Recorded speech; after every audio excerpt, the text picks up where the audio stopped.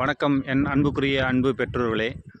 இந்த செய்தி யாருக்குன்னா, குழந்தைகளை பெற்ற அம்மாக்களுக்கும் அப்பாக்களுக்கும் தான். நான் என்ன சொல்ல வர போகிறேன்னா, இப்போ இருக்க இந்த காலகட்டத்தில் எந்த குழந்தையுமே வெளியில் போய் விளையாடுறது கிடையாது. செல்மயமாயிடுச்சு. யாரை பார்த்தாலும் இப்போ சின்ன குழந்தைகளை பார்த்தீங்கன்னா, சாப்பிடும்போதில் பார்த்தீங்கன்னா, நான் என்னால் கண்கண்ட விஷயத்த ஷேர் பண்ணிக்கிறேன். கண்கண்ட விஷயம்னா நான் பார்த்த விஷயங்கள். இப்போ சாப்பாடு ஊட்டும்போதில் சாப்பிடாது ஒரு குழந்தைய. சாப்பிடாம என்ன பண்ணுங்கன்னா, செல்லை காமிச்சாதான், கையில் கொடுத்தாதான் சாப்பிட ஆரம்பிக்குது. அதே மாதிரி சாப்பிடும்பொழுதும் சாப்பாடை ரசித்து ருசித்து சாப்பிடணும். செல்லை பார்த்துக்கிட்டே சாப்பிட்டோம்னா அதில் ரசனையும் தெரியாது, ருசியும் தெரியாது, ஏதோ சக்கையை சாப்பிட்டது மாதிரி இருக்கும். அதனால் என்ன சொல்ல வரேன்னா, சாப்பிடும் பொழுது பிறக்கிறப்பவே நம்மளுக்கு செல்லை காமிச்சிட்றாங்க. இப்போ ஒரு பாட்டாக இருக்கட்டும், இதாக இருக்கட்டும். இப்போ அப்போல்லாம் நான் சின்ன பிள்ளையா இருக்கும் பொழுது செல்லுனா எனக்கு என்னன்னு தெரியாது. நான் படித்து 12th முடிச்சுட்டு வேலைக்கு போனதுக்கு அப்புறம் தான் செல்லே வாங்க ஆரம்பித்தேன். அதுக்கு முன்னாடி செல்லும் தெரியாது, என்னன்னு தெரியாது. எங்கள் ஃபேமிலி மிடில் கிளாஸ் ஃபேமிலி. செல் எனக்கு தெரியாது. இப்போ செல்லு இப்போ இப்போ மிடில் கிளாஸ் ஃபேமிலியாக இருக்கட்டும், அடித்தட்டமாக இருக்கட்டும், எல்லார் வீட்லேயும் செல்லு வந்துருச்சு. வந்ததுனால என்ன பண்ணுறாங்கன்னா, பிறந்த குழந்தைக்கு இப்போ அழுகுனுச்சுங்களேன், அந்த குழந்தைக்கு செல்லை காமிச்சிட்றாங்க.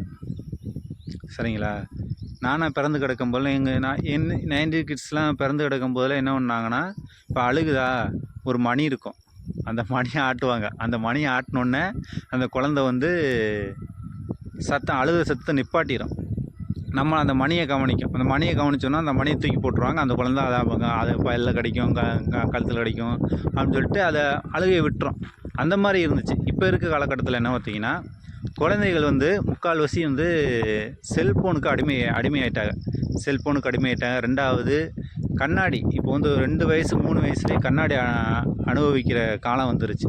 இப்போ போகிறோம்னா, இப்போ ஒரு 2வது 3வது படிக்குங்க, சின்ன பிள்ளையாக இருக்குங்க, கண்ணாடி போட்டுருங்க. அது என்ன காரணம்? நம்மளுடைய செல்லு தான். சின்ன பிள்ளையே செல்லை கொடுத்து அடிக்ட் ஆகிக்கிறாங்க. அதனால் தயவுசெய்து பெற்றோர்கள் நான் சொல்லிக்கிறேன், உங்கள் குழந்தைகளுக்கு செல்லை கொடுக்காதீங்க. இப்போ சாப்பாடு ஊட்டுறீங்களா, ஒரு புத்தகம் வாங்கிக்கோங்க, அதில் படங்கள் போட்டிருக்கும். அந்த படத்தை காமிச்சு சாப்பாடு ஊட்டுங்க, அல்லது விளையாடிக்கிட்டே சாப்பாடு ஊட்டுங்க. அப்படி தான் நான் சின்ன பிள்ளையாக இருக்கும்பொழுது எங்களுக்கு ஊட்டினாங்க. இப்போலாம் செல்லை பார்த்துக்கிட்டே சாப்பாடு ஊட்டல. இதே மாதிரி ஒரு யூடியூப்பில் தான் ஒன்று பார்த்தேன். அது அந்த பையன் செல்லை பார்த்துக்கிட்டே இருக்கேன், அந்த பாட்டிமா சாப்பாடு ஊட்டிக்கிட்டே இருக்காங்க. அந்த மாதிரி ஆக்கிடாதீங்க உங்கள் பிள்ளைகளை.